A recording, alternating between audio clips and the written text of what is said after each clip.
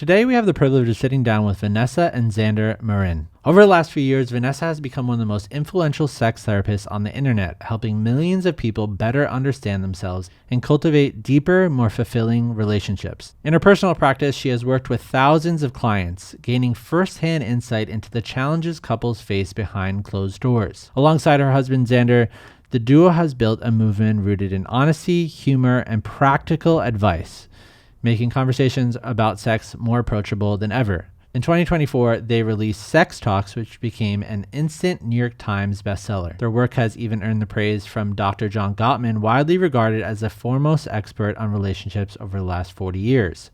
So in this episode, we're diving headfirst into the topics that so many people struggle with, but rarely talk about. We tackle the biggest myths around sex that hold couples back, the truth about mismatched sex drives, and how to navigate those all too common dry spells. We break down the art of initiating sex, explore the psychology of sexual fantasies, and unpack why communication is the key to a satisfying sex life. This is a raw, insightful, and yes, fun conversation that will leave you with a new perspective on intimacy and connection. Whether you're with your partner for the long term or you're just looking to understand yourself better, there's something here for everyone. So without further ado, Vanessa and Xander Marin. All right. Thank you guys for being here today. Such a privilege to sit down with you. Thanks for having us. Yeah. Thank you.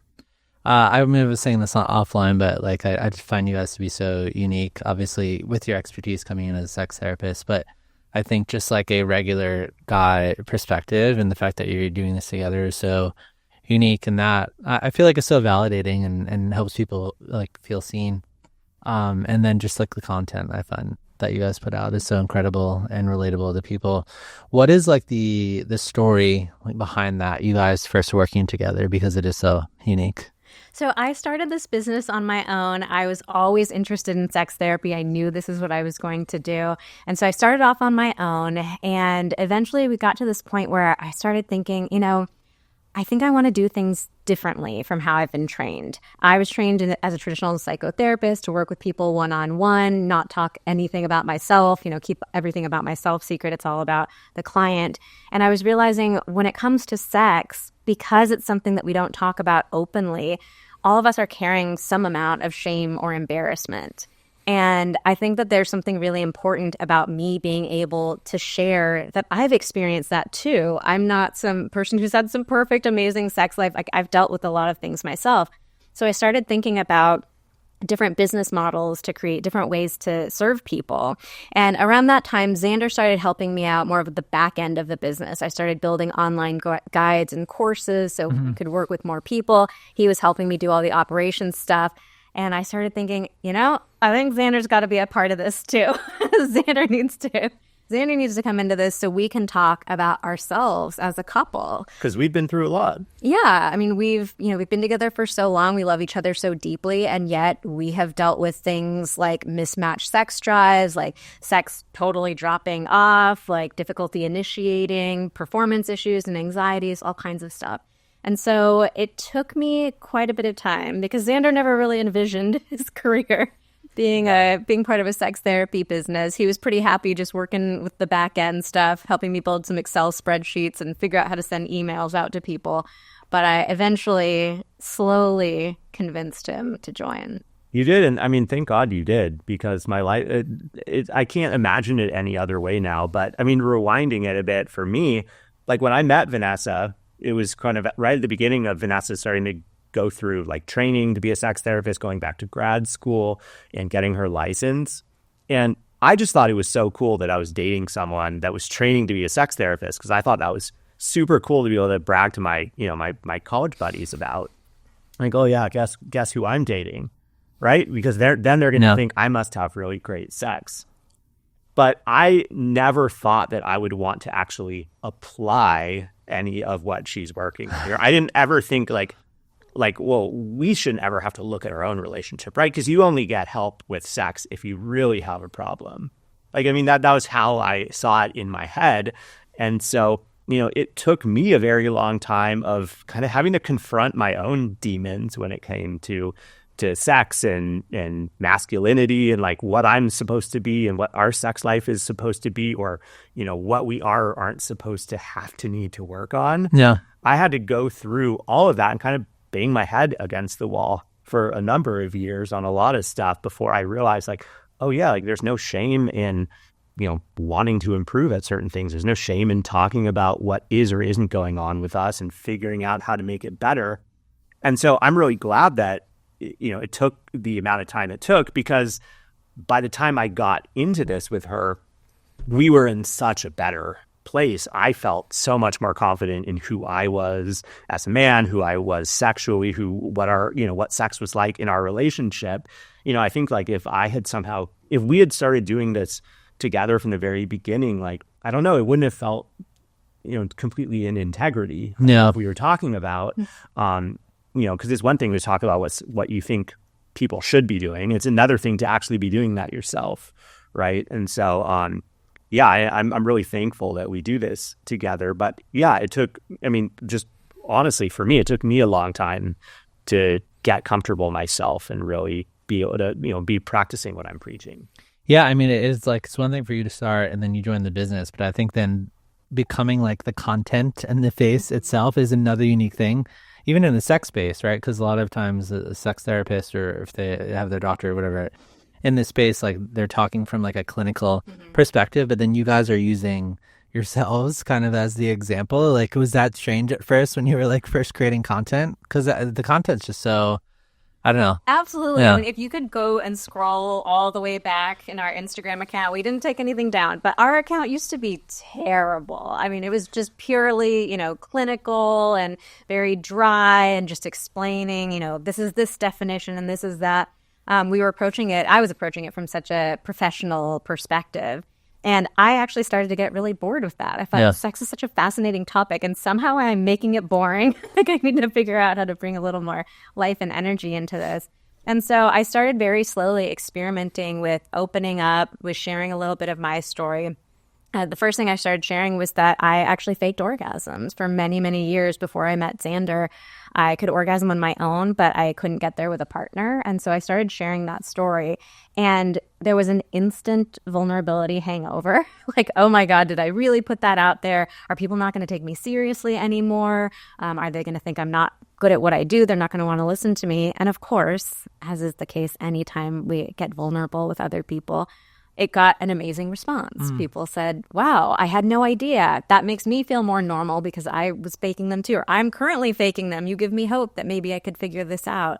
So we started just taking little steps of sharing a little bit more and more. And the more response we got from our community, the more people started feeling connected, the more people came into our community. That just helped us realize, okay, now we're just really got to go all in. Yeah, and I think it was really once you and I went all in together talking about just like the honest challenges that we faced in our relationship. That was when the floodgates really opened, because before that we had it in our heads that no one is going to want to engage publicly with a sex therapist on social media. Like, we had it in our head, like, yeah, well, who's going to like publicly comment on a post about, you know, I don't know, like performance issues and be like, oh yeah, like we have that in our relationship. And so, I mean, we were kind of blocking ourselves from actually growing the way we needed to grow in order to serve the people that we wanted to serve, because we had basically, you know, predetermined, oh yeah, well, we're not really going to ask people to, you know, to truly engage with us because we assume no one will want to. And then finally, yeah, it was sort of just like, screw it. Like, let's just go all in and do it. And then, you know, of course, once you do that, and you go first with the vulnerability, then other people are like, oh, I could do that too. Yeah. And it turns out, when, you know, what the feedback we got from people is, oh, like once you gave me the permission to just start to talk about this a little bit, we saw such a huge improvement in our relationship. And just acknowledging some of these simple, basic things makes the biggest difference. Yeah. I remember one of the first posts that we did jointly about that. It was actually an Instagram stories. We talked about farting during sex, like accidental sex farts. And I remember the next day I made us both put on like button-down shirts and blazers and like take this very professional looking photo. And we're like, we definitely did not talk about farting during sex yesterday. Like, this is a professional business account. Yeah. That's so funny. Yeah, and then beginning of last year, you released that was your first book, and absolutely incredible. It was just like it just was like devouring the whole thing. I think there's just so much of the practicality that comes out in your content, like was on the pages of those books through just like examples, self examples, and you're getting into like some of the clinical stuff. I think was like amazing. And obviously on the cover you have a recommendation from John Gottman, and I can't think of another person who's had a bigger impact on relationships over the past 40 years than John Gottman. So high praise. Still to this day, I'm like, that was a prank. John Gottman didn't actually read our book. Like somebody in the publisher just pranked us, and we're like, yeah, no, he loved it. But that was such a huge compliment. Yeah, so I think like the most natural starting point in the conversation is where you started that book, because I think it probably impacts like 100% of the population or close to, and that is the fairy tales that we all believe about sex. And so, can you explain like what you mean by this and like what your philosophy behind that is? Yeah, so we call this the fucking fairy tale as a way of describing the sex scenes that we have all seen a million times on TV and in the movies. Sex almost always looks exactly the same on the screen. It's just the couple looking at each other across a crowded room. They make eye contact. It's just electricity in that moment. They're rushing off to go to the bedroom. There's 3 to 10 seconds of rolling around in nicely candlelit and pretty shots.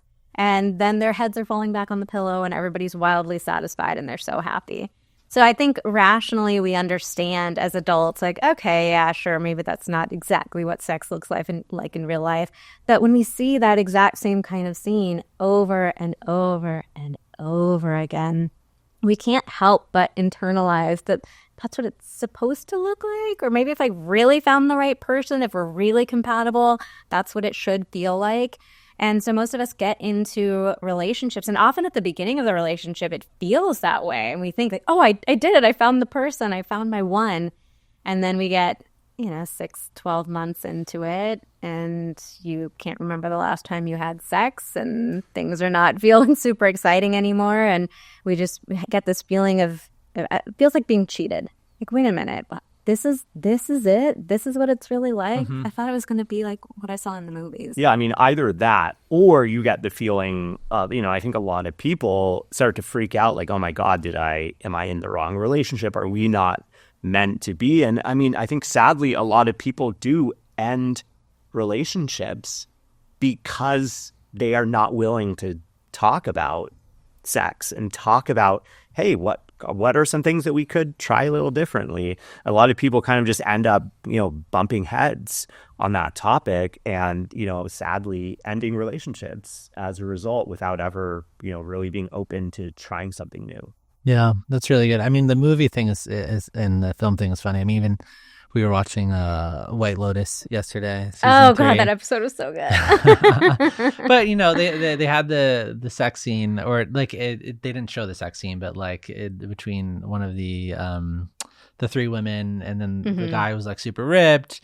Then he hops on, and then it just like fades to black. Yeah. But it's just like this highly erotic that like experience that people like all associate with sex. I mean, I guess that could be possible, like that happens, but I think it's really interesting. So what do you feel like some of the biggest fairy tales are?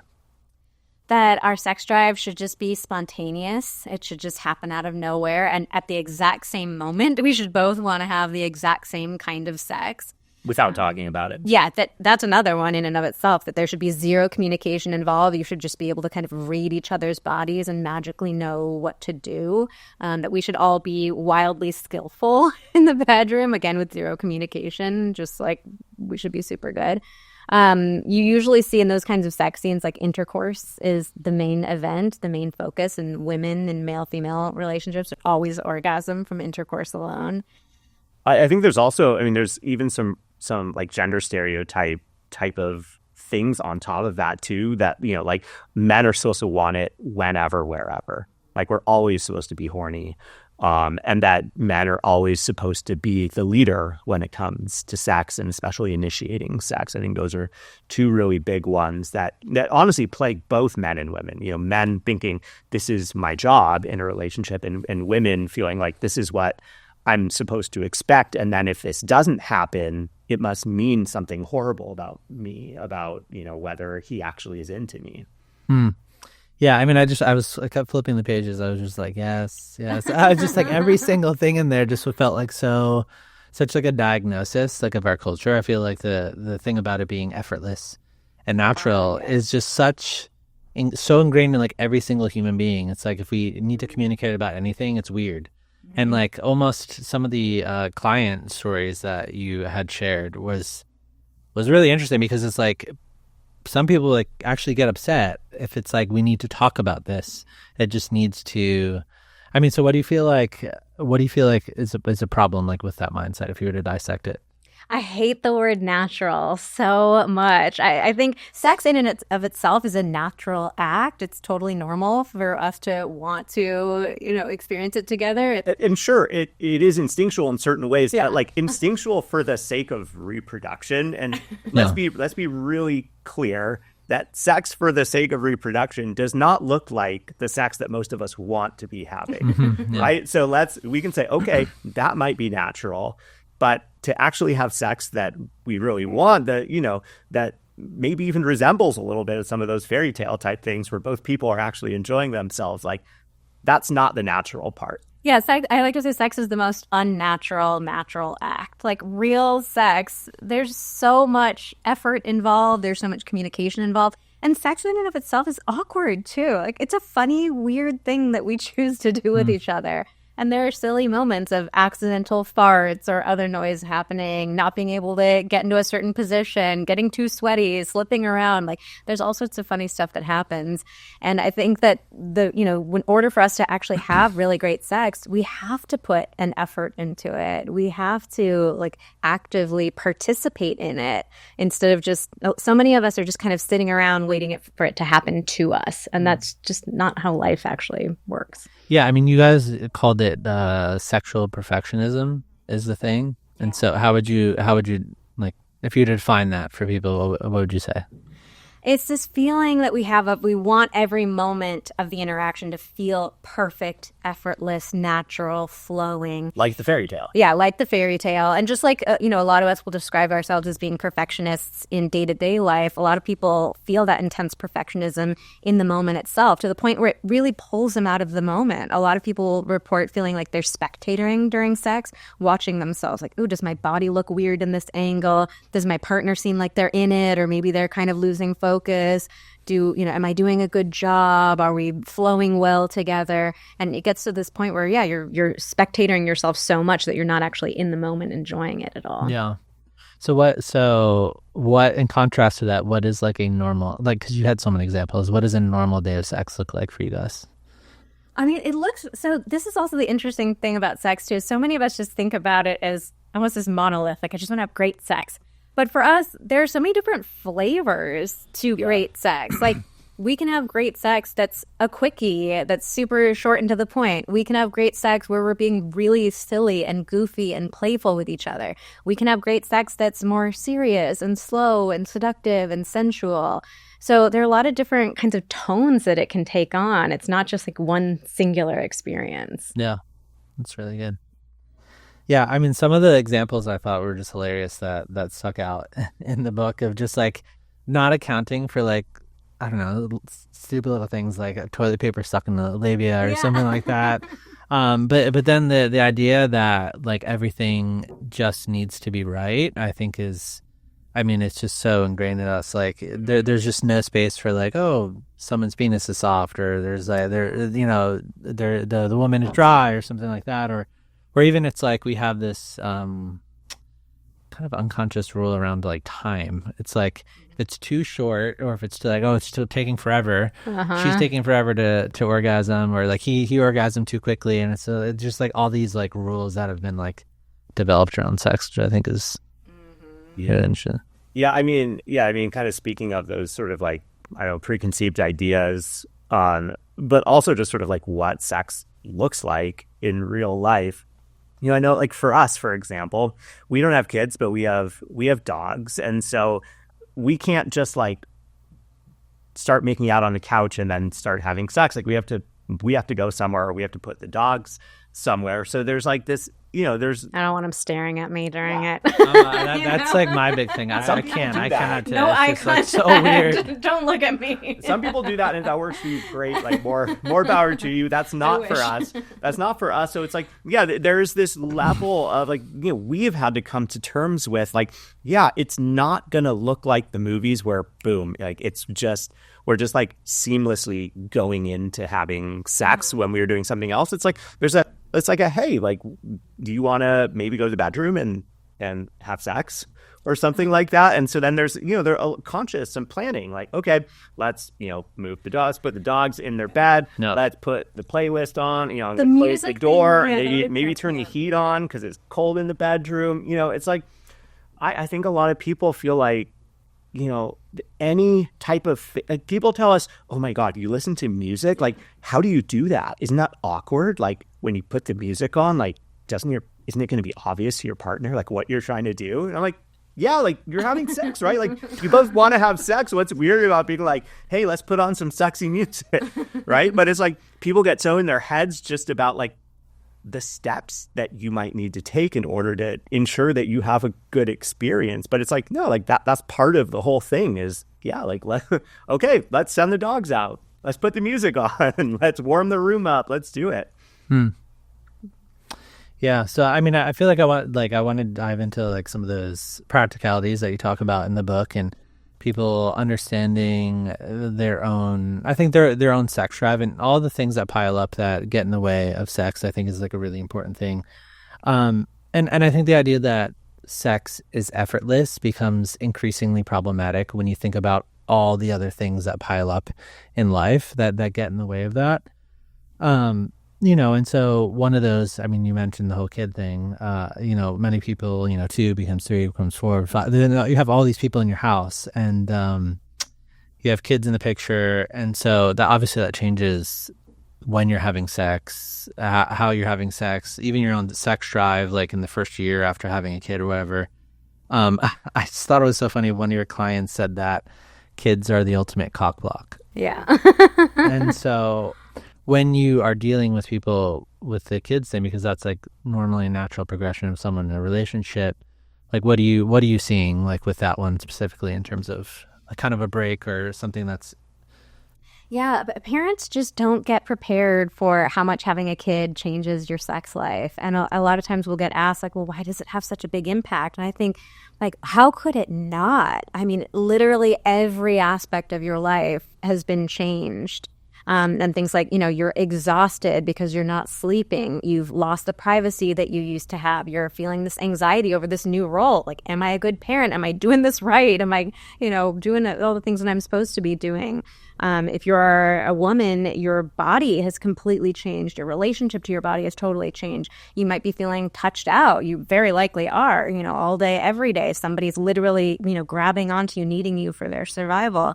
And you're struggling with, adjusting from that role of being just partners, just us, into now we're parents too. And how do we navigate this? So it's such a huge change, but most parents are completely unprepared for it. All the parents really get is there's the 6-week checkup where your doctor will tell you, okay, yeah, you probably won't die if you start having intercourse again, like go on your merry way. But most people, like most women especially, aren't at all ready for sex after 6 weeks. And to hear that can feel really scary. Like, oh my God, we're supposed to go back to it now? I'm not at all ready. So there's so many changes that happen. And it's really important to just kind of start there with normalizing. Like if you're a parent and you are struggling to get your sex life back on track after kids, you are definitely not alone. Yeah, I think that a lot of parents, well, let's go back to even before people become parents, a lot of people are not very comfortable talking about what your sex life actually looks like in real life and talking openly about, how much you have sex, what type of sex you have. I mean, that's why we wrote the book to begin with, to help people figure out how do I even talk about this. So if you're not really talking about it, and then like Vanessa said, no one really prepares you once you get pregnant for like, hey, this is going to change your relationship. And specifically, this is really going to change your sex life. What happens is you don't talk about it. You're not thinking about how it might impact you. You obviously, have the experience of going through pregnancy and, maybe, if you're like most couples, maybe having a bit less sex. or, you're seeing some impacts, but then when you never talk about it and no one else has talked to you about it, your expectation kind of ends up being like, okay, well, I guess after the doctor clears us, then like things will go back to normal or something like that. And so when there's no acknowledgement of anything, but we have this expectation that, okay, well, things should just kind of go back to where they were. That's just the recipe for disaster, right? Because it's like, there's unmet expectations. It's easy for, one partner to start resenting the other for like, hey, how come this isn't going back to the way I thought it was? And the other partner's like, hey, how come you're expecting that when like, can't you see that everything has changed for me and for us? And I think a lot of couples just really back themselves into a corner in that situation and start to realize pretty quickly, okay, we really do have to talk about this, but it's hard to start talking about things when you are at a point when things are really tough, which is why, we always try to recommend getting started on that journey of communication as early as possible. Yeah, I mean, it underscores, the name of your book, Sex Talks, it underscores everything, the whole communication aspect. One of the stats that was shocking to me was that, and you cited research from John Gottman, and who found that 67% of couples report that their marital satisfaction plummets after having kids. That percentage seems extremely high. I mean, like, what are you seeing with your? To me, it seems low from what we hear from our community. Yeah, that I would just expect it to be more in even like the 80%. But we hear about this all the time. We're really struggling to reconnect. It feels so challenging. It's so much harder than it ever was. So how would you guys, you saw clients and we're talking about that for offline for a long time. And now you guys have course and stuff like that. How would you like kind of coach people working through that phase to get to the other side? So definitely the communication is the first piece of it, getting the couple to start talking about sex more openly. And that's what we wrote Sex Talks for. Like, everybody knows they should be talking about sex. Like, you see it in every article, but the articles always end there, like, just talk to your partner about it. You're like, well, but what do I say? And how do I say it? And when? So we really wanted to make a super clear plan for people of like, these are the conversations that you need to have, and in this order and in this way, to really lead them through it. So communication is the big first piece. And then what we often find next is emotional connection. A lot of people, we think of sex as, just this physical act and it's supposed to just happen. But emotional intimacy and physical intimacy are really deeply connected. And it sounds so obvious to say it like that, but a lot of people just don't make that connection. And what we see from a lot of couples is that becoming parents really severs that emotional connection. So a lot of parents will say we feel more like strangers than lovers. We feel like roommates, not romantic partners. We're two ships passing in the night. Mm-hmm. So we have to start with rebuilding that emotional connection. And obviously that's a huge topic. But like you mentioned, we really like to get practical and just think about like, okay, we're all busy, we're all overwhelmed, we're all exhausted. What are some practical things that we can do to start rebuilding? So one of my favorite tools for rebuilding emotional intimacy is gratitude. Research has found that gratitude is the number one predictor of marital satisfaction, which is so wild to think about because gratitude is free, it's fast, it's easy, it's a super simple request you can make of your partner, and it feels good to give and to receive. So there really are no drawbacks to it whatsoever. And so it can really be as simple as just taking a moment to point out something that you appreciate about your partner, something that you saw that they did, or, hey, I saw that you unloaded the dishwasher without being asked. I really appreciate that. Hey, have I told you lately how much I love that you make me laugh all the time? Like, thank you so much for that. Yeah, gratitude is such a good starting point. I think like one of the biggest end goals, if you are in a place where, hey, you've just had a kid or you've had kids for a while and your sex life isn't where you would like it to be, or you can tell. I mean, most couples can tell, okay, this is a tough topic. This is not what we want, but we don't really know exactly, maybe I don't know exactly what my partner wants, or they don't know what I want, but we can just tell that things are off. I think the ultimate goal with that communication and that emotional connection is to be able for both partners to clearly communicate to each other, hey, I am missing you. I'm missing being intimate with you. I'm missing these elements of our sex life, and being able to communicate that in a meaningful way where it doesn't feel like guilt. It doesn't feel like shaming. It's there's no agenda. Even like that in it. and of itself is such a good example. Like most couples, including us, we made this mistake. We'll have the conversation of like, why are we never having sex anymore? Yeah. So compare that to what Xander just said. That like, hey, I'm finding myself really missing you. Yeah, but I mean, Difference. but I think the thing is that, if you've never talked about your sex life, or you've never really talked about the impact that having kids has had on your sex life, and the very first thing you say is like, I'm really missing having sex with you, that could be so easily misconstrued, I think, as like, oh, my partner's trying to like subtly get some, or try like they have something behind that comment. And so it's so important to build that foundation of trust, and that foundation of, oh yeah, sex is something that we talk about regularly, so that when my partner does just say to me, without pressure or shame or anything, what it is that they're missing, that you can that you trust that both people are going to understand what that is all about, that there's not something else behind it. Is there something we said about like expectations around, I mean, with the kid example, for, like predominantly, like if you're going to go into it, especially the man, like if you're going to go into it and be like, oh, we shouldn't really have an interruption, or the interruption should only be like this first month, or whenever the doctor says you're good to go now.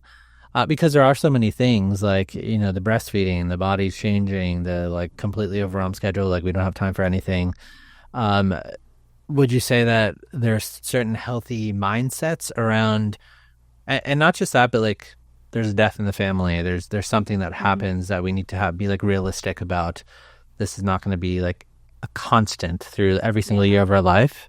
Yeah, so one of the big mistakes that couples make is we have this tendency to think of sex as all or nothing, and especially in male-female relationships where we're prioritizing intercourse. It's like, yeah, well, if we're not having, intercourse is the sex. We even use those words interchangeably, right? But we think that couples one of the great ways to navigate like something like having a child, or navigating grief or chronic illness, something like that, is to recognize that you can have a wide variety of activities that can feel connecting and intimate.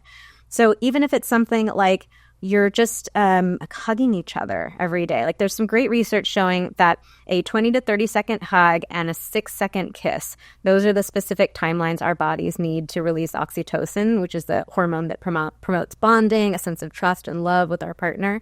So if you could even just do those two things, and that's 36 seconds out of your day, like that can help you still feel connected to each other. And it keeps this thread of physical connection with each other as well. So you feel like you're not just, walking parallel lives, like never touching each other, which is what most couples end up falling into, very little touch. How common are dry spells like in relationship? We polled our audience, and I believe it was 93% of people said that they have had a dry spell. So pretty much every couple will go through at least one dry spell. Yeah, the tricky thing with the term dry spell is that there's no like technical definition of what that is. But I think, it's one of those things where it's just like, yeah, does it feel like it's been an exceptionally long time for you relative to how often you tend to have sex in your relationship? And yeah, and I think that, almost everybody, I'll say without a doubt, everybody will go through that at some point in time. I think the vast majority of couples who've been together for a year or longer will have experienced that for some amount of time. So, we were talking heavily about communication, but there was research in your book as well that like the longer we go without having sex, the longer we go without like talking about sex, if I'm remembering correctly, that like you just kind of like settle into that pattern. Yeah, I call that sexual inertia. If you remember like inertia from high school, the whole object in motion stays in motion, object at rest stays at rest. And I think that's absolutely true when it comes to sex. Like when you're having regular sex, it just feels easier to keep in that groove with each other. But once you stop having sex, it just feels easier and easier and easier to keep not having sex. And it feels like the gulf between the two of you grows to the point where the idea of like getting back in the saddle starts to feel terrifying to some people. Like, oh my God, how are we supposed to get out of this? It just feels so much easier to like, let's just turn on the Netflix again and, just hang out on the couch. But I think on top of that too, when you are not communicating about what is going on, I think that you can get this idea that, okay, if this is Vanessa and I, and we don't ever talk about this, and we're in the middle of the dry spell, for me, I'm thinking, all right, it's been a long time since we've had sex. This is not a safe topic of conversation. I don't know what she's thinking about this, but we need to have sex.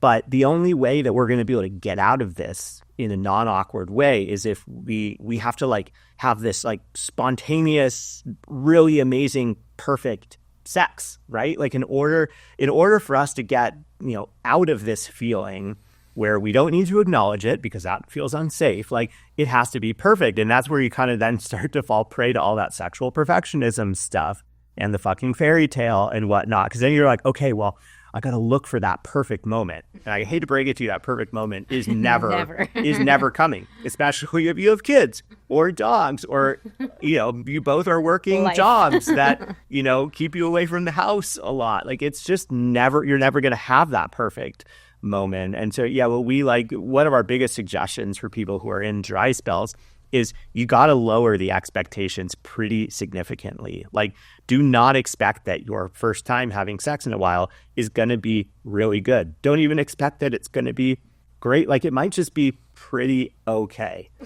We talk about like making pancakes very often. The very first pancake you make comes out a little funky until, you've got enough like butter or oil in the pan and you're in the groove. And then all of a sudden the pancakes are coming out good, right?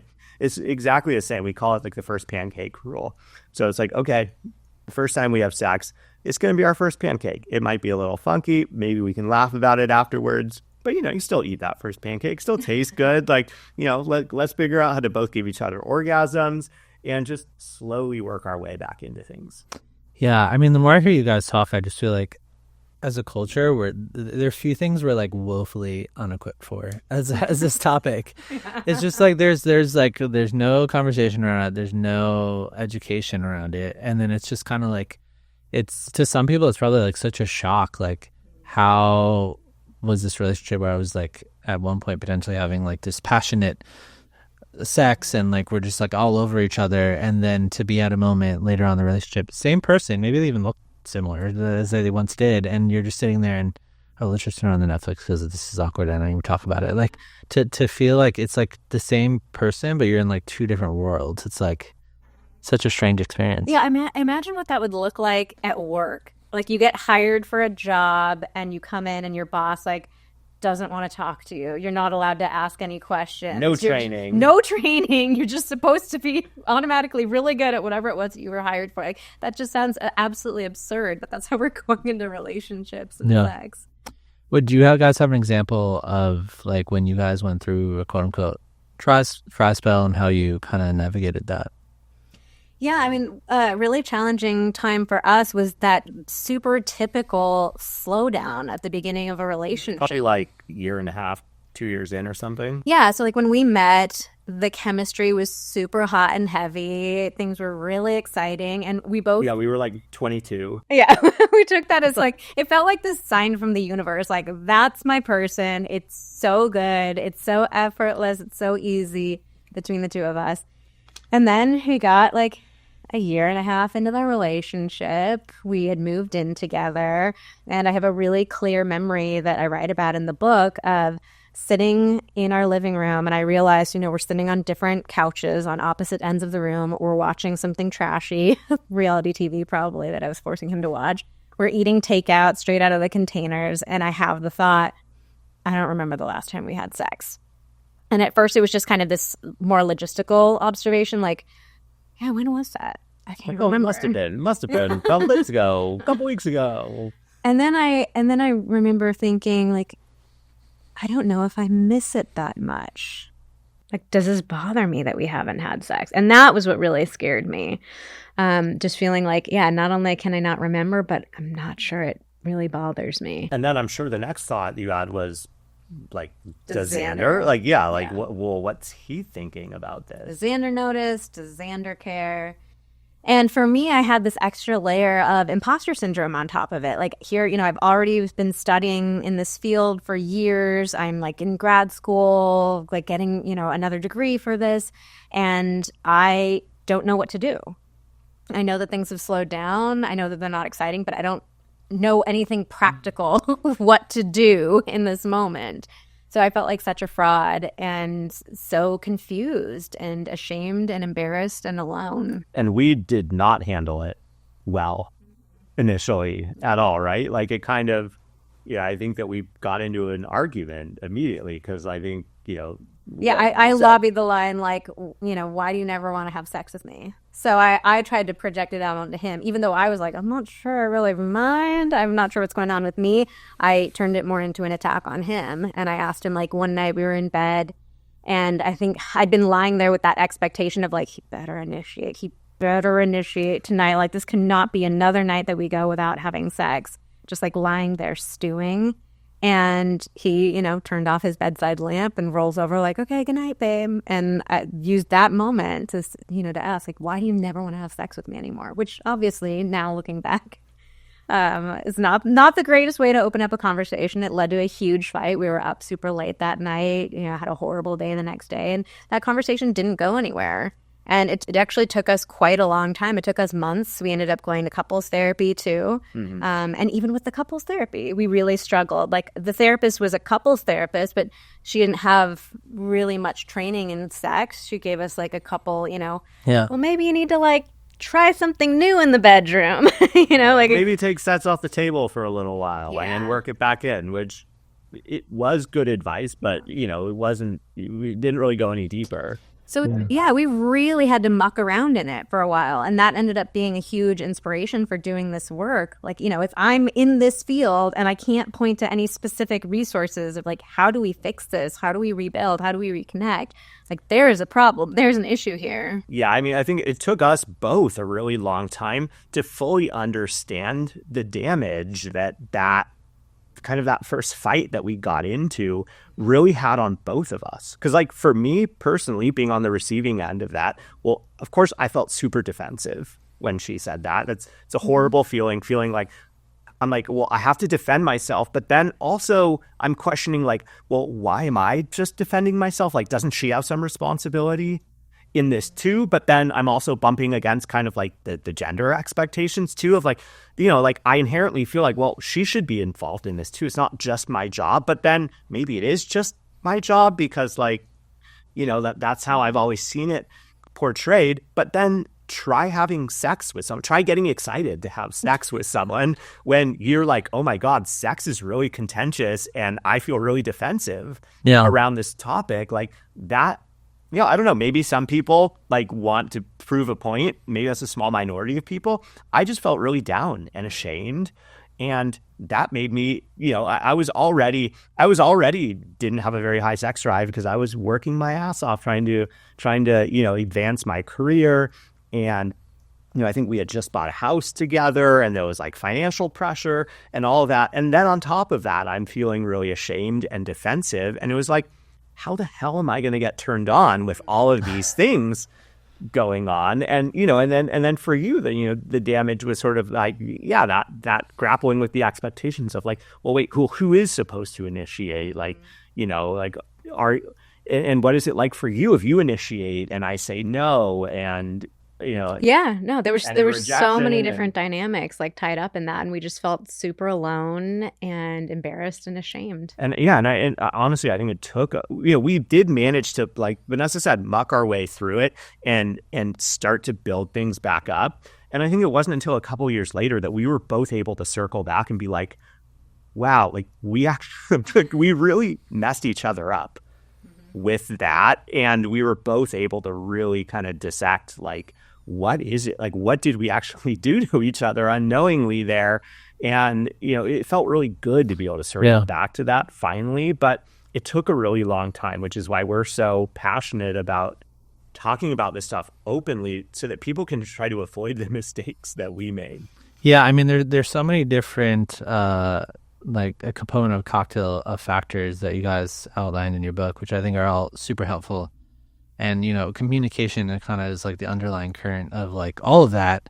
But one thing, as I was looking to your story and talking about it in the book, is like the way that our sex drives actually work, and the research around that, and the science in terms of like the different types of desires. And then you guys were talking about in the book how that differed for you. Another thing we don't even really talk about because we kind of normalize this experience of just being spontaneously like turned on and then all of a sudden we're ready to go, and that's just the way that sex should be. So can you explain the different types of desire and like how those work? Yeah. So I want to start off by saying I actually think desire is overrated, and I want to loop back around to that. But what we talk about in the book is the two different sex drive types, which most people don't realize exist. So you mentioned one of them is spontaneous desire. And this is how most of us think desire is supposed to operate, because this is what you see on TV and in the movies and in the fucking fairy tale. So basically, there are two different places that we can get turned on. We can get turned on mentally, like the idea of sex sounds good, and we can get aroused physically. Our bodies start getting excited, feeling good, getting prepared to have sex. And so the two types boil down to where we feel that desire first. So spontaneous desire is you feel mental desire first, and then the physical arousal follows. So you're just kind of going about your day. You randomly get an idea, but hey, sex sounds good. Where's my partner? I wonder if we can have sex tonight. Or right now. Or right now. Because it was a spontaneous idea. Yeah. So the second desire type is called responsive, and it is the exact opposite. We have to feel physical arousal in our bodies first before the idea of sex starts to sound good. So research shows that about 70% of men have spontaneous desire and about 85% of women have responsive desire. But since we don't know, most of us don't know that responsive desire exists, a lot of women will describe themselves as feeling no desire or low desire. And then add on top of that, the problem with, the way that most of us assume that we are supposed to initiate sex, where it's like, hey, do you want to have sex right now? Or even if you don't say something verbally, starting to engage in activity that starts to imply like an immediacy to what you're doing. And if you are asking someone who has responsive desire, do you want to have sex right now? Or you're showing them, hey, I want to have sex right now.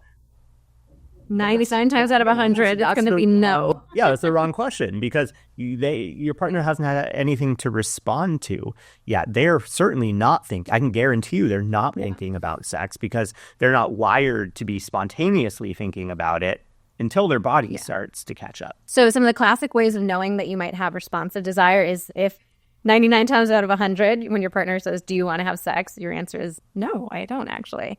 And the classic one is if you ever find yourself in the middle of sex or even at the end of sex thinking, this is fun. Why do I never seem to want to do this?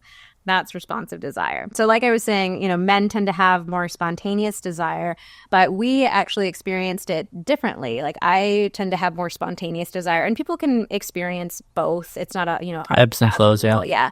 And in that earlier season of our relationship, Xander was experiencing a lot more responsive desire, which was really confusing for you. Yeah, it's definitely ebbed and flowed for me. I honestly, I think that it really, I started to have, start to experience more spontaneous desire once I got more comfortable with things. Once we were communicating more openly, I felt really comfortable with myself sexually. But yeah, at that point in time, I was describing all those things that were going on for me. A lot of work stress, financial stress, defensiveness around sex, shame around sex. Sex felt really scary unless I felt like a really strong emotional connection with Vanessa. And it felt like, we were kind of like easing our way into it. And I did literally need something to respond to, like some physical arousal to respond to. And then all of a sudden things would kick into gear. But yeah, that was really hard for me, because I was like, well, I'm a guy. I'm supposed to want it wherever, whenever. It sure seems like I, with my rose-colored glasses, like looking back at the beginning of our relationship, sure felt like that's what things were like back then. And so it's just like, what do I do? Yeah. With this? Yeah, I mean the what you called the physical emotional conundrum is kind of like an adjacent idea. It interacts with the responsive and spontaneous desire types, because you have the stereotype of women. It's like, oh well, I need to feel emotionally connected with you first before I have sex with you, and then men are like, oh, and I need to feel I want you to have sex with you to feel connected with you. But you kind of made the bold statement in your book that emotional connection should always come first. And so you can explain why that is. That was a hard one for you to come to, because it's actually opposite. You're more of a sex builds connection, and I'm more of a, I want to feel connected. What I've realized now is really what it's like is like, for me, I'm not into makeup sex. Like if we're in a fight, things feel contentious between us, I'm not feeling sexy. Yeah, so it was a really difficult one for me. And I originally, as a therapist, I was trying to both of them can happen at the same time. Let me figure out how to help couples do that. And I was just not having any success with that. And eventually it was a conversation with Xander that helped me realize the importance of emotional connection coming first. He was sharing with me, if you and I are feeling really disconnected, or if we're not feeling in a great place, the idea of having sex with you, it doesn't feel safe. Not that I'm worried something actually is going to happen between the two of us, but it just doesn't feel good. And we actually did have some experiences of pushing ourselves to we just need to get back in the saddle. We just need to reconnect. And the sex itself actually didn't feel very good. It felt really disconnected and icky and bad. And high stakes. It feels like, in order, because then for me, it would feel like, in order for things to feel okay between Vanessa and I, that I have to perform. And I think for men, especially if your bar of successful sex is intercourse, if that's what your bar is, which we would argue shouldn't really be the bar, but I think most men assume this is what the bar is it feels super high stakes once you set an expectation like that for a guy. You are really increasing the likelihood that he's going to experience some kind of performance challenge, because in his mind, instead of being able to just be I'm enjoying this sex, you're thinking, I'd better do this. I got to be good. I gotta I gotta last a while, but not too long, but not too quick. And then all of a sudden, once you're focused on that, then you start to go awry with your body, and that just increases the likelihood that you don't successfully have the sex that you were feeling like you have to have in order for things to feel okay between you. And it's just this feels like a recipe for disaster.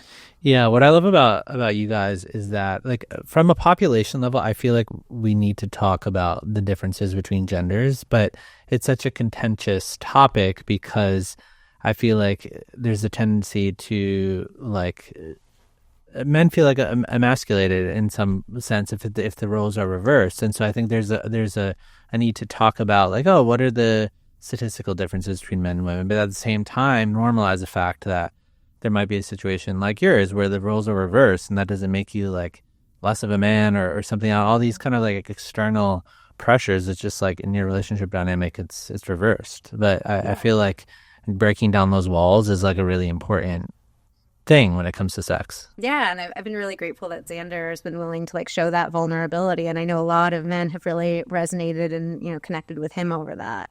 Yeah, I just think it's so important to try to be as honest with yourself and with your partner as you can about what is it that you really want? Because there are going to be some men, absolutely, who do feel you know what? I really do want to be the leader when it comes to sex. That feels good. That feels genuinely good to me. I feel like I have a really high sex drive, and so I feel good with always being the one initiating. I feel totally good with rejection, whatever. If that's how you feel, and if you're with a partner who's I'm totally good with you being in control of that, or whatever, more power to you. But I think that the problem is most of us are not entirely honest with ourselves, or we're not able to disentangle the societal expectations from what it is that I really want for myself. And that was my struggle for so long. And it was ironically, once I was able to come to terms, kind of have acceptance of the fact that, hey, there are certain things that I want or that I need that may not be the things that I see in the movies or the things that society expects of me. It was once I was able to come to that just base level of acceptance in that then all of a sudden it kind of felt like the weight of all of that disappeared. And all of a sudden it was oh, okay, cool. Yeah, no, I do think spontaneously about sex a lot more now because I don't have all this baggage anymore. There's not all this weight on me. It's oh, if I'm thinking about sex, then sure, I can tell Vanessa about it, and maybe we do have sex, maybe we don't have sex, but it's not like my responsibility. This isn't like my way of proving to her how much of a man I am. And it's like, this is something fun that we get to do together. Yeah, I mean the whole idea that where the stereotypes like really come to light, historically around stuff around initiation as well. And so, you even cited an example in your book of a feminist who felt like men should initiate sex. And it's weird if like they're not the one initiating sex. And then you had all this concept around initiation styles and stuff like that. And so what are your thoughts there in terms of like initiating sex and the roles of gender and all that stuff? Yeah, so there definitely is this script that we think, in male-female relationships, the man is supposed to be the one initiating. And I fell into that myself, too. I was really embarrassed about initiating. I didn't want to do it. I mean, even for a long time in our relationship, I wanted Xander to do it. But the reality is that initiating is really vulnerable. It's really hard to put yourself out there and ask for anything in life, but asking for sex in particular is extra vulnerable. And, I think it's too much pressure to put on just one partner's shoulders to always have to be the person doing that, to always have to navigate is my partner saying yes, or am I being turned down? How do I feel about that? So we really believe strongly that both couples or both partners in a relationship should initiate. And it doesn't have to be 50-50. You don't have to be tracking yourselves. It doesn't have to be close to that if that's not what you want. But just that, both partners are taking on that responsibility. And also so that allows both partners to feel wanted. Like men want to feel wanted too. I mean, that's why we get into relationships, right? Yeah. Like that's the fun part of oh, wow, this person wants me. Like they're choosing me. So why wouldn't you want to also see that they are choosing to have sex with you? They're desiring to have sex with you. And if we're sharing the vulnerability of initiating, then often that leads to better initiation too. Because what we find is when there's one person primarily responsible for it, or they feel really vulnerable, they've been turned down a lot of times. Like oftentimes what happens is we resort to doing like joking style initiation because it gives some plausible deniability. So like the boob honk is something that we talk about a lot in the book. Like, I'm washing the dishes, Xander comes up behind. Fortunately, Xander doesn't actually do this, but, the guy comes up behind, squeezes your boobs like the old school bike horns. We heard so many women say they absolutely hate that, but so many men initiate in that way. And it's because, like, she can bat him away and be like, oh, leave me alone. He could say, oh, I was just joking. Take it easy. He can pretend like I wasn't actually initiating, even though they both know, yes, you were. Or just, or another one that we'll see commonly is like, I don't know, making like very teenage style jokes. Like, or like, oh, like constant, like that's what she said jokes, or any kind of thing where it's like, you're just looking to see if your partner will kind of engage. And then you can be like, oh, she engaged with that. Maybe she's... You have to give some examples. You can't just imagine, like, have you had your dose of vitamin D lately? Have you had your vitamin D lately? The petting zoo is open. That was a gross one we heard recently. Get railed. Or what was, the most recent horrifying one we heard? It was rub-a-dub-dub, come suck on this grub. Yeah. It's like, please never say that unless your partner actually asks you to say that. If they are like, I've been fantasizing about this line, please say it. Otherwise, don't do that one. Those examples are hilarious. What do you feel like, you have this whole section around worst initiation techniques. And so some of these like are getting into that, but what are like the most common ones? I think did you do a poll on it? Yeah, we got these all from our audience. We like crowdsourced them, but the boob honk is a really common one. They're just like coming up behind you and humping you. That was a very common one, and it seems to happen a lot around the dishwasher, like bending over to load something into the dishwasher. Yeah, so pro tip to anyone out there: if your partner's in the middle of a chore, unless you know that they love being interrupted, probably best to just avoid trying to initiate in any way in that situation. We heard the helicopter guy just like gets naked and swings it around like a little helicopter. The scorekeeper with another one. Like, do you know it's been 2 weeks since the last time we had sex, which is super exciting initiation. Yeah, everyone loves being guilted. And then what we hear about a lot from men in relationships with women is men will tell us she's not anywhere near direct enough. Like she'll tell me later that she was initiating and I had no clue. We just got a story from a husband like 2 weeks ago where he said, my wife came over. I was sitting on the couch watching TV. She came over and sat down next to me. She sat there for about 10 seconds, got up and walked away and burst into tears. And they talked about it later. And she said, well, I was trying to initiate with you and you didn't even notice. He's like, you sat down next to me on the couch. Like, I had no idea. If I knew you were initiating, I would have been into it. My wife is sitting next to me. not doesn't touching, raise no my eyebrows. contact. I'm just sitting. So I think as women, we need to be a lot more direct in general. And as men, we need to maybe be a little more sensual. Yeah, we've jokingly asked, women on our Instagram account, like, what do you do to initiate sex? And we hear a lot of, oh, well, I was like, batting my eyebrows and he didn't notice, or he kept thinking like something stuck in my eye. It's like, well, yeah, maybe, yes, being direct is good. We also hear, this is a stereotype, but also most men that we hear from say, I love direct initiation. Like just a really straightforward, hey, I'd love to have sex with you. Like, that's super hot. We actually had a really interesting conversation about this ourselves, like about a month ago. Xander, somebody else had sent us a story about, the guy was saying, I just wanted to put her hand in my pants. And I was like, oh, God, just putting your hand in your pants. And Xander was like, I mean, I would really like that. Like, you could do that to me. I was like, oh, damn, here's another thing after all these years and all these conversations. Like, I'm learning yet another thing that you would love it if I just put my hand. Why? So I mean, you're talking about the boob honk thing, but like, why would that be like a turn on for a guy versus Xander? Why would that be a turn on? Versus the boob honk would not be something. I don't know. I mean, what I was describing to her is that, well, okay, of course there would be definite situations where I would not be open to that, but what I was saying is like real, right now that would feel inappropriate, but like.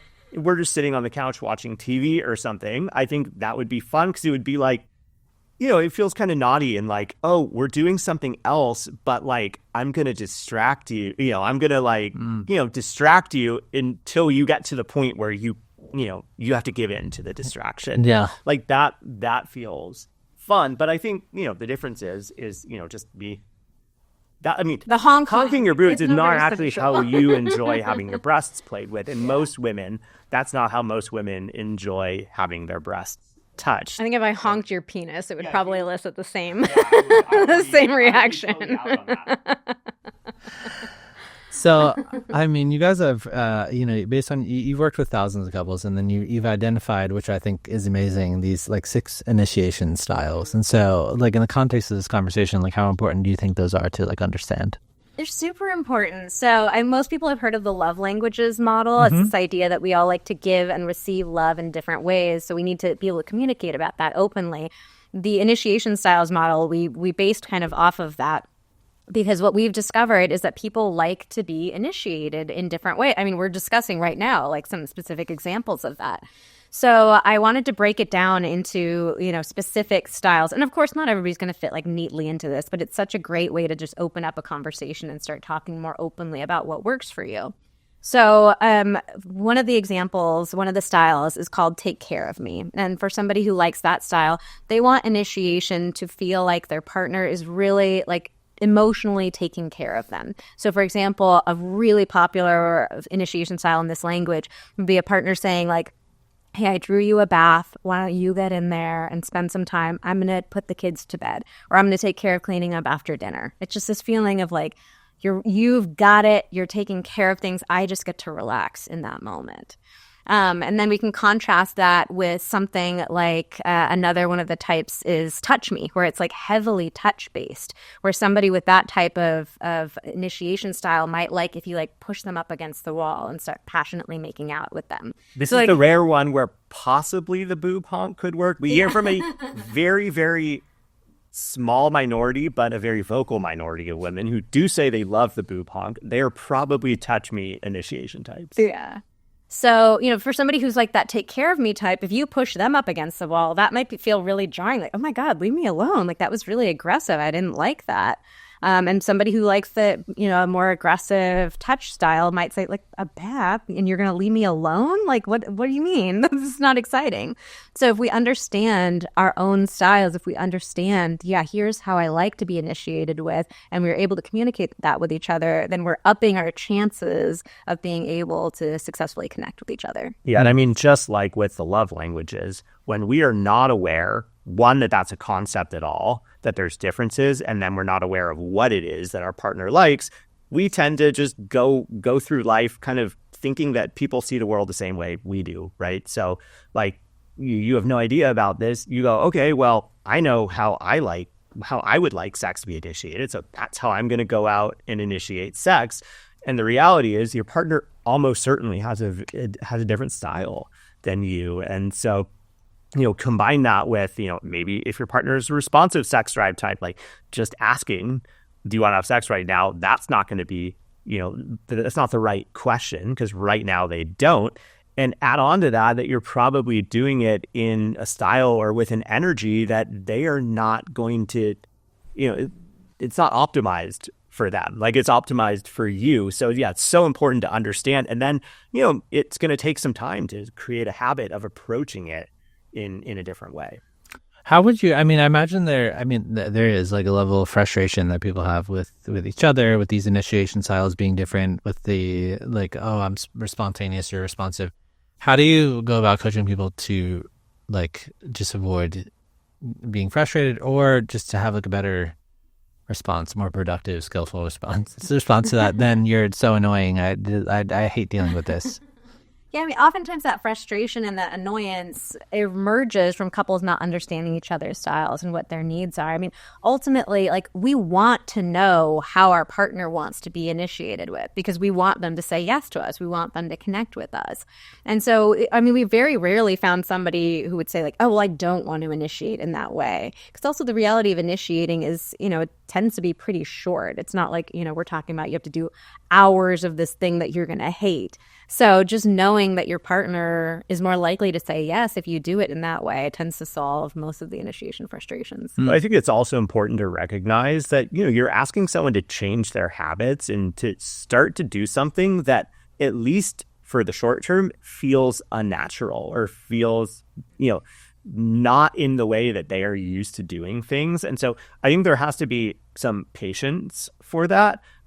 But on the flip side of the patience, there also has to be some understanding that, hey, I need to retrain myself to do something in a different way. It's not reasonable for me to expect that we're going to have one conversation about this, and all of a sudden I'm like, boom, I'm initiating in this brand new way that I've never done before, that I'm not used to at all. I know when we first started talking about love languages with each other, way before we were doing this work, like, Vanessa loves words of affirmation. She loves compliments. And that felt so unnatural to me. I'm more of a physical touch person. And I literally had to set reminders on my phone, like every couple of days. It was just a simple reminder, give Vanessa a compliment. And I was really resistant to the idea of even creating a reminder in the first place. Because I'm like, oh, well, if I love her, if I care about her, I should just do this. Right. And then, but it's a tough pill to swallow. And you see, oh, I feel like I should do this, but I'm not. Like, so you can either get really down on yourself, or you can be like, no, let me take a couple of steps to help myself, remember to do this. So I think it's so important to remember it's going to take a little while for both of us to get good at this. And let's put some processes in place to help support us in making these changes. Yeah, I think that's really good. I think the other piece that's sort of adjacent to understanding initiation styles and understanding the, desire types is understanding your partner's body and how they like to be touched and being turned on. And so, like, if we don't talk about sex, obviously, I don't imagine it's like really hard to figure that out. It's kind of like shooting in the dark. Like you might hit something and it'll go well, but it's not like you really know holistically your partner in that way. And so, like, their body, what they like, what they don't like, what they fantasize about, like, what generally in your practice, what have you seen? Like, do people understand their partner's body, or is this another thing where it's just like, I just don't understand anything at all? Yeah, it's the latter. Okay. I think a lot of people maybe think that they they might do think they do. because we sometimes give each other not the best feedback. Well, I remember, when we were writing the book, there's an exercise in the book that's called writing your touch maps. And it helps you go through and identify, like, what are your top 3 to 5 ways of being touched, like the specific places that you like to be touched and how you like to be touched there. And as I was writing the exercise, all proud of myself, oh, this is so smart, this is so great. And then I thought, I don't know what Xander's answers are. And so I wrote down a few things. I made my guesses and I went and asked him, like, okay, tell me your top ways. I was completely wrong. And we, at that point, had had so many conversations, have like had so much great sex with each other. And I was totally wrong about something so basic. And honestly, I can't remember right now what his answers were. I could make another guess. I have forgotten them already. So I think that just goes to show you, like Xander was saying, it's something that we have to keep talking about over and over again. But also, yeah, like our partner's body, it's not, we have to learn what they like. We have to keep like engaging with it and exploring it too. But yeah, and I think the problem is that we get into patterns in a relationship where we think we know what they like, but what we're really doing, we're doing what we think they like, but what we're really doing is just continuing the pattern that we have kind of Created for ourselves. Without talking about it. And the problem is that I think early on in a lot of relationships, and especially in male-female relationships where we have these, kind of like different gender dynamics and expectations around sex, what will so often happen is, at the very beginning of a relationship, the guy is really excited to, show her what he can do, right? Like to show how skilled he is at sex. And then she is feeling like, oh, okay, we're going to have sex. I want to validate him. I want to make him feel good about himself. I want to make it feel like I'm easy, like things are clicking between us, right? So the problem is that so often happens is like, the woman might give some overly exuberant feedback about certain things, or maybe give a rosier than real, performance and like how good something felt. And so you can be very easy to start to get into, okay, the guy's like, all right, well, I did the thing that I always do and it seemed like she loved it, so that's what we're doing. And you start doing it, and then the more you do that, the more she feels like, oh, well, I'm kind of locked into doing this because I gave him the feedback that was good. And, then you get a couple of years in and it's like we have this blood oath that this is how we have sex and we don't deviate from this. And it's kind of based on not a lie, but it's based on these kind of battling social norms and gender expectations that we never checked in the first place. Yeah, that's really good. I mean, I think that like the whole idea of the touch maps thing, I mean, every person's different. And so certain parts of one person's body might be super sensitive versus another person. I mean, I wanted to circle back because it makes me think about what you said in the beginning, because obviously if you don't understand your partner's body, then it would interfere with your ability to help them orgasm. And so, faking orgasms has become really common. And then you were sharing how that happened in your own relationship. Do you feel like that was just like a byproduct of not understanding each other's bodies in your relationship, or what would you say about that? For me, that came from a place of shame and embarrassment around just like taking up the time and energy to orgasm. So I actually could orgasm on my own. So I knew what my body needed to get there, but I felt too embarrassed to talk about that with a partner. And like Xander was saying, like, when I would be in a new relationship, I wanted to make it seem like it was clicking and there was good chemistry between the two of us. And so I would just, fake pleasure, and then would get myself backed into this hole of, well, he thinks that what he's been doing has really been working, and now I can't like tell him that it was not working. So that was a really big challenge that came up for me. And a lot of other women have never had orgasms on their own at all. So it's a sense of like, I don't even if I did have the courage to say, this is what I want, or this is what I like I don't have the information about how to share that with them. And I think in general, like that comes up for us around all kinds of sex too. Like I hate the question, what do you want in the bedroom? Because it feels so Like, I couldn't even really answer that. It feels to me like this pressure that I have to give you this, 20-item manifesto of like, do exactly these things in this order, and that will be a great experience. And I guarantee you I'm going to love it. Guarantee you. Like them. So, yeah, I think instead of thinking that we need to like figure ourselves out or figure our partner's body out, I think instead we need to take this approach in the bedroom of being communicative about feedback and talking about our experiences in the moment, but not thinking of it to the point of like having to give directions. Yeah, that's really good. I mean, this was shocking to me. You said there was a woman in your practice who faked orgasms with her husbands for 9 years. Oh, I've heard way longer too. Yeah. Oh, yeah. Decades. How is that possible that it could go on for that long? Because she just feels too embarrassed. I mean, what do you do?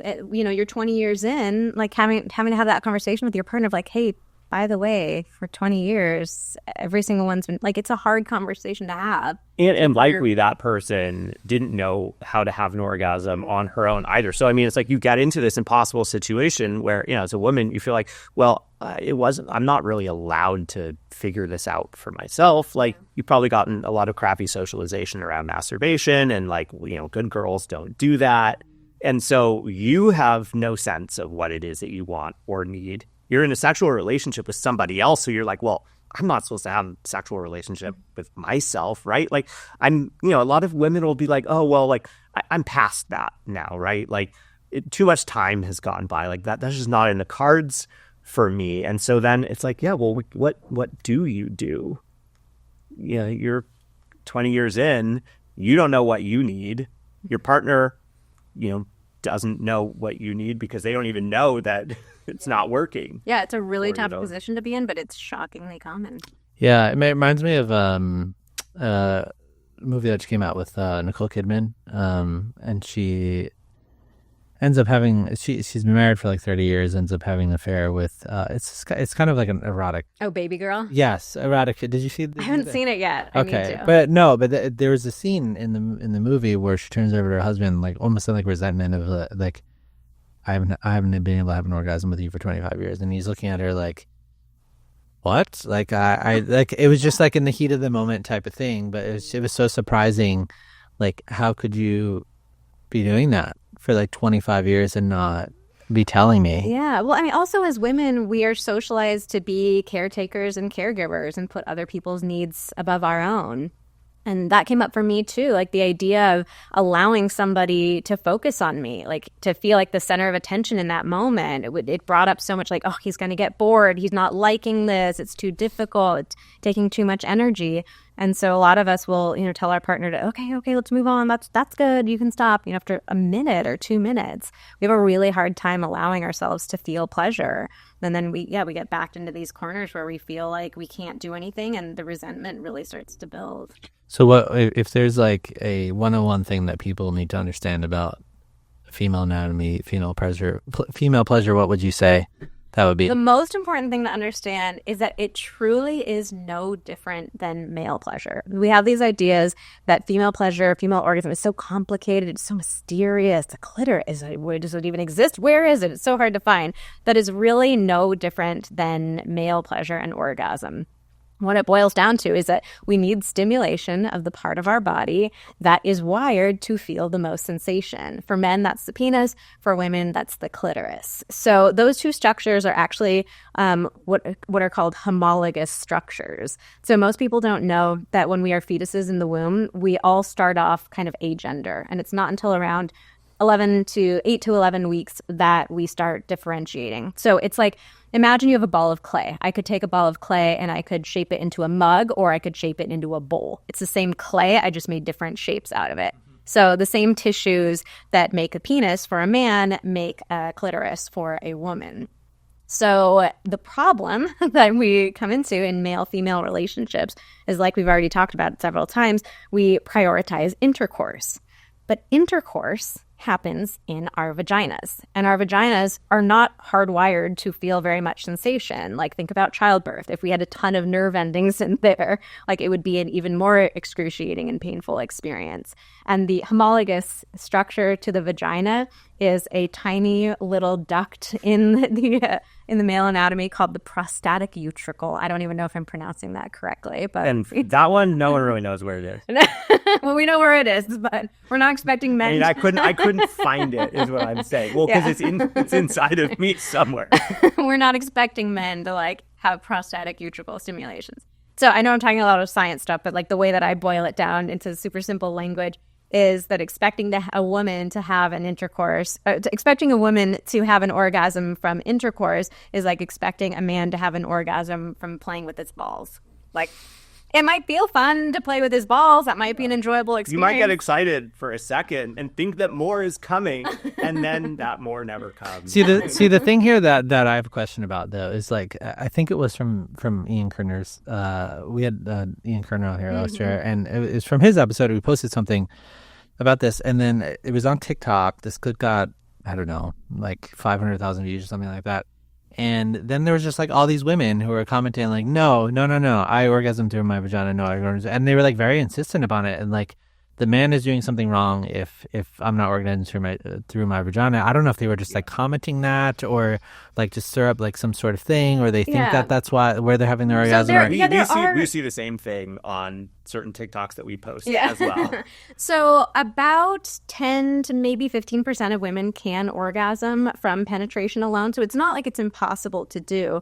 And we don't still fully understand the science behind it, but what we think is most likely is that the clitoris, it actually extends up into the body. It splits off into two legs. It's kind of like a wishbone shape. There's actually much more of the structure internally than externally. Yeah. And so the clitoris can be, located and positioned in different ways. So there is some research showing that women who have their clitoris is a little bit closer to the vaginal canal are more easily able to orgasm from penetration alone. But still, what's happening is it's a clitoral orgasm. Yeah. You're still stimulating the legs of the clitoris. It's just through the walls of the vagina. So it's kind of like if you're giving someone a massage, you can give them the massage on their bare skin, or imagine they're wearing like 3 wool sweaters and you're massaging them through that. It's like, okay, you're still, you're still stimulating the same area. It's just through more, surfaces versus directly. Yeah, and someone that might be really sensitive with massages might be like, oh, I actually prefer having the massage with all these clothes on because I'm kind of ticklish and like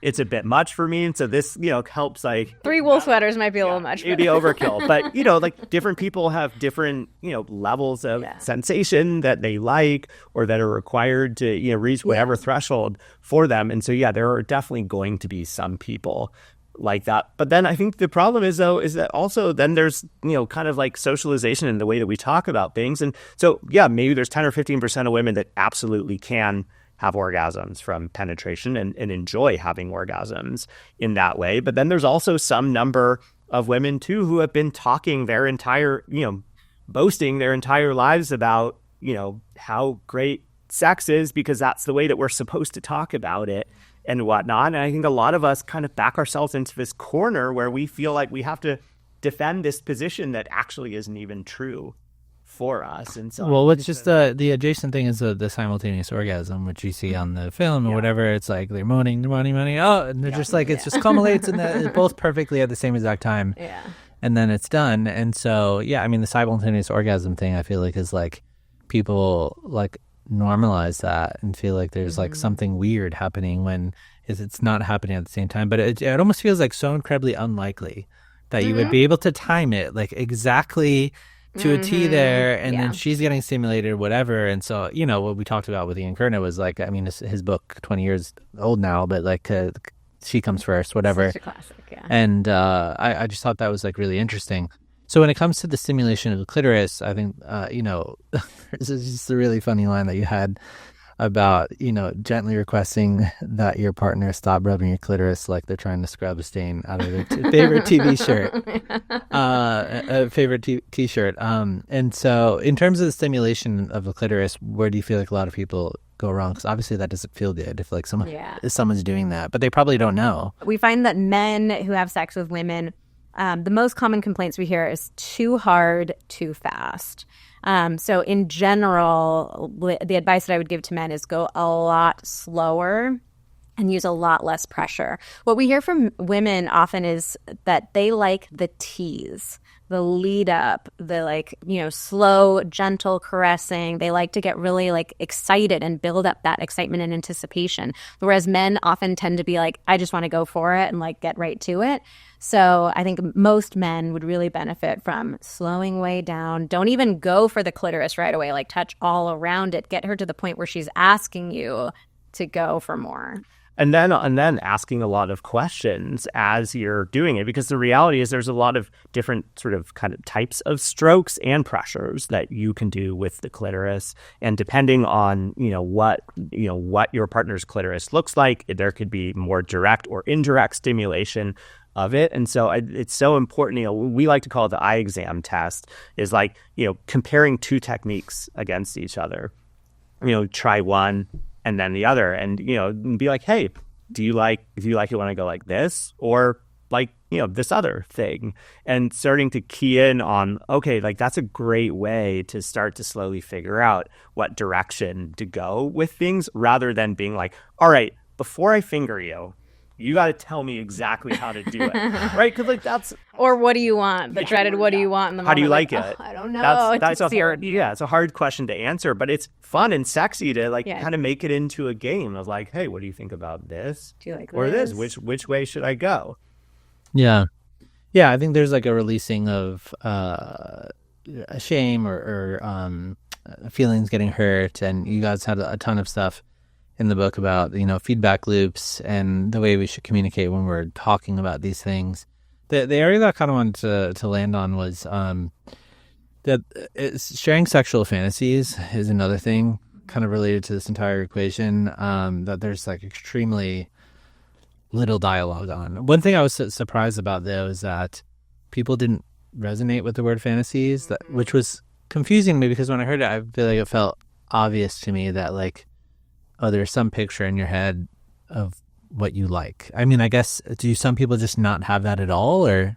Yeah, so you're illustrating kind of the classic gender dynamic that we've seen. Men tend to be much more likely to say that they have certain fantasies, whereas women are much more likely to say that they don't. For women, we often have this idea in our head of something really elaborate. There's a whole scene, there's a whole role play scenario. It's very detailed, it's very nuanced, really specific. And we feel this pressure of, if I say that's my fantasy, I have to know that I'll like it and know that I'll have an orgasm and have a great time if we do it. And how would you know if you've never actually done it? Yeah. So a lot of women have in their heads of it has to be something okay, we're in the 1800s and I'm the milkmaid and you're the lord and that whole kind of the scenario. And for a lot of us, we just feel like we don't have something like that. So I actually don't like using the question, what's your fantasy? Because it does feel like way too much pressure for most people. So instead, I encourage people to ask, what's something you're kind of curious about? So that question just feels a lot more open to me. It's not, I'm guaranteeing that I like this, or I promise you I'll have an orgasm. It's just, oh yeah, I've been kind of curious about this. But also, we don't have to put pressure on it being something that's brand new either. You can have a fantasy. It could be your fantasy to just have a long makeout session with your partner. That can count. I mean, I can't imagine that. One thing that's confusing me when I hear sex therapists and people in the space of sex science talk about this is you could almost default that all fantasies are healthy. And there's some things that seem overtly maybe we shouldn't do that.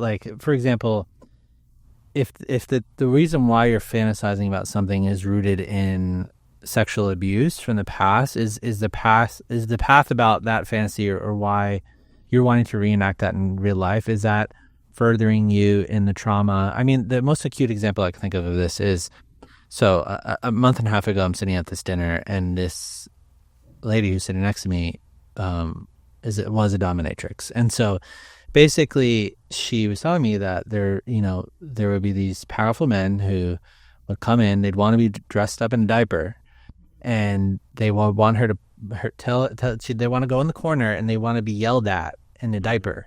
And that would seriously turn them on. And then she said she's not a dominatrix anymore, but she couldn't in good faith continue doing that because she just thought that it was like their psychology and what it was like. There's something traumatic that was in their past is making them like they want that.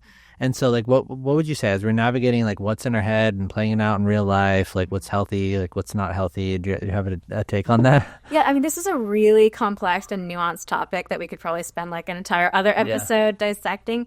But in general, like I think one of the ways that people are actually able to kind of engage with their healing and processing of their trauma is finding ways to play with it sexually, where if you're setting it up in an appropriate scenario, you actually have complete control over it. You're deciding with another person, here's what we're going to do, here's how we're going to do it. You know, in a lot of kink communities, like there's just exquisite communication and boundary setting that happens. There's, you know, they lay things out like so nicely. So it's not that you're just, you know, throwing yourself right back into the trauma and re-experiencing it again.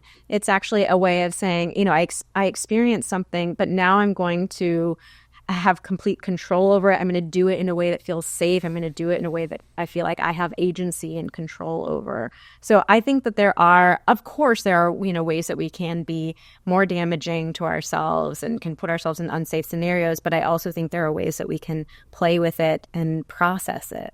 That's right. Yeah. Do you have any further insights on that? Yeah, I mean, I just think, you know, sex along with plenty of other things in life, you know, there are plenty of things in life that we do, or many of us do, that can be problematic in certain extremes, but the vast majority of the time are not problematic. And I think that, you know, ultimately it kind of gets down to needing to be able to be honest with yourself about, like, is the way that I am using this thing, is the way that I am engaging in this activity, is this good for me, or is this problematic behavior? And, you know, ultimately, if, you know, in order to truly heal, or, you know, whatever, like, you know, for me, I'm sober. I've struggled with drug and alcohol addiction. And so, you know, for me, in order for me to overcome that, like, I had to accept that, you know, there is no way that any of the things that I was doing was healthy for me or for my relationships. And I think, you know, the same is true with, you know, any kind of sexual activity too, is that you have to be able to be honest with yourself and really get down to, okay, is this a fun thing that we are playing out, or does it feel like it's, you know, creating a situation where all I want is more of that, and that's all that that's the only way that I can feel satisfied. You know, those are tough questions. Those are really tough questions to ask. But yeah, I mean, you know, just like with, you know, like alcohol, no one can say, oh, okay, well, this number of drinks is okay. Anything over that, and you're an alcoholic. You know, it's like the same with sex. I don't think that there's any way that we can kind of set, you know, create a clear guideline of like, this is healthy, this is unhealthy. Yeah, that's really good. No, and I think that, like, honestly, Eric, your book should be like required reading for people when it comes to this stuff, because I mean, just like the whole entire progression of what we just talked about, there's just so little communication. And I mean, like, a few things kind of represent that in totality as the sexual fantasy thing. I mean, we don't talk about the fantasy, we don't talk about how to touch each other's body, we don't talk about our dry spells, like all of these different things. And I just feel like, you know, everybody's having sex. Everybody's in these, you know, you're married for 20 years, you're going to be having sex with that person a lot for a long time. And if you don't talk about these things, I feel like it's a detriment to your relationship. My last question would be, do you feel, and this was surprising me because we had Alexandra Solomon on in the fall. Do you think a relationship can be like good or healthy or satisfied if someone's not having sex in the relationship as just like a long-term couple? So research shows that about 1% of the population is asexual, which means they're not interested in having sex. It's not something, you know, that they need in their lives. So for people who identify as asexual, I don't think that they need to force themselves to have sex. I think they're perfectly capable of having healthy, happy, fulfilling relationships without it. But for everybody who does not identify as asexual, I really firmly believe that we need to have sex in order to have a healthy, happy relationship. And I think this question, the fact that we're even asking this question, just shows how confused we all are about what value to place on sex. Like, I think of this question as being the same as you asking me, could we have a healthy relationship without ever saying I love you to each other? Like, we would think that question was absurd. Like, well, no, like, of course you need to say I love you. That's your partner. So I think of sex is not just a physical act. It's not just putting body parts in other body parts and having an orgasm. Sex is a way that our bodies continue the conversations that we're having with each other, like, throughout the day. Sex is a way that we're saying, I love you, I care about you, you're important to me, with our bodies. That's really good. Well, thank you guys so much for being here today. Thank you so much. This is amazing. Thank you. That was fun. Great.